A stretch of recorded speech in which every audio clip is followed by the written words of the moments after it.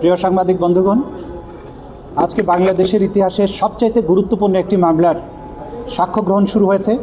সেটি হচ্ছে গুমের মামলার বিচার। বাংলাদেশে বিগত 17 বছরে অর্থাৎ শেখ হাসিনার রেজিমে বাংলাদেশে গুমকে যে একটা কালচারে পরিণত করা হয়েছিল, এমন একটা অবস্থা তৈরি করা হয়েছিল যে কোনো মানুষকে যে কোনো মুহূর্তে নাই করে দেওয়া যেত। এবং এই কাজে সরকারের আইনশৃঙ্খলা রক্ষাকারী বাহিনী সহ বিভিন্ন বাহিনীকে মার্সেনারির মতো ব্যবহার করেছে বিগত সরকার। বাহিনীগুলোতে একটা কালচার হয়ে গিয়েছিল যে যে কোনো মানুষকে যেমন খুশি তেমনভাবে নাই করে দেওয়া যায় এবং এর জন্য কোনো জবাবদিহি করতে হয় না। এই কালচারের অবসানের জন্য বাংলাদেশে এই গুমের বিচার সাংঘাতিক রকমের গুরুত্বপূর্ণ।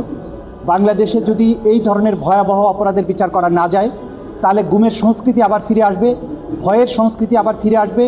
যে মানুষগুলো দেশের স্বাধীনতার জন্যে, বৈষম্যহীন সমাজের জন্যে, বাক স্বাধীনতার জন্যে, সুশাসনের জন্য, নিজেদের অধিকারের জন্য যারা কথা বলেছেন, যারা অতীতে গুম হয়েছেন, নাই হয়ে গিয়েছেন, তাদের আত্মা চিরদিন কাঁদতে থাকবে যদি এই গুমের বিচার করা না যায়।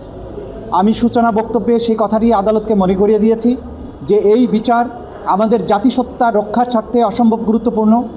এই বিচার মানুষ যে চিরতরে হারিয়ে যাওয়াটাকে হজম করে ফেলা যায়, এই কালচার থেকে বেরিয়ে আসার জন্য বাংলাদেশের জন্য অসম্ভব গুরুত্বপূর্ণ।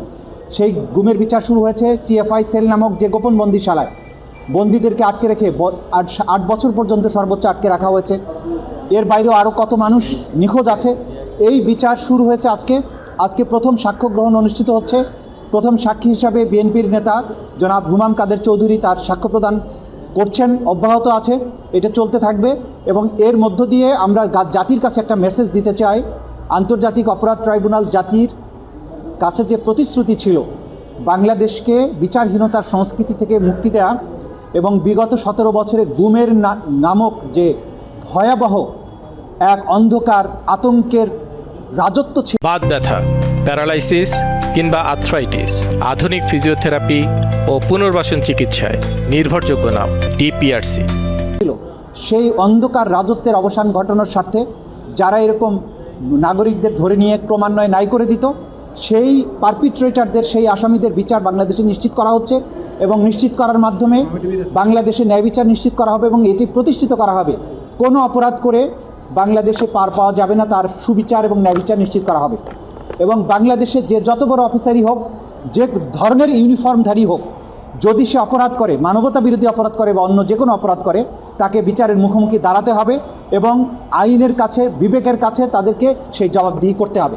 সেটা নিশ্চিত করার জন্য বিচার শুরু হয়েছে। ইনশাআল্লাহ এই বিচারও ক্রমান্বয়ে একটা সুনির্দিষ্ট পন্থায় একদিন সমাপ্তির পথ দেখবে। বাকি বিষয়গুলো আমরা এখন বলছি না, ট্রায়াল চলমান থাকবে।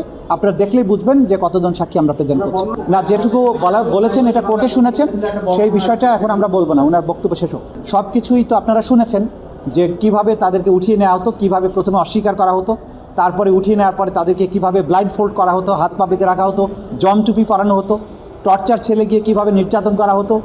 যে সেলগুলোতে বন্দি থাকতেন সেই সেলগুলোর বর্ণনা তিনি দিচ্ছেন। দিন রাত্রির পার্থক্য বোঝা যেত না।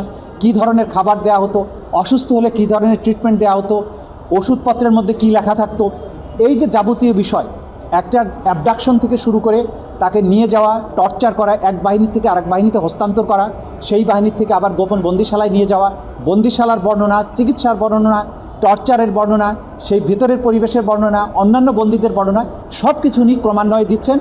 এবং এটার মধ্য দিয়ে অপরাধের সাথে সম্পৃক্ত সকল কিছু উদ্ঘাটিত হবে আমরা বিশ্বাস করি ইনশাআল্লাহ।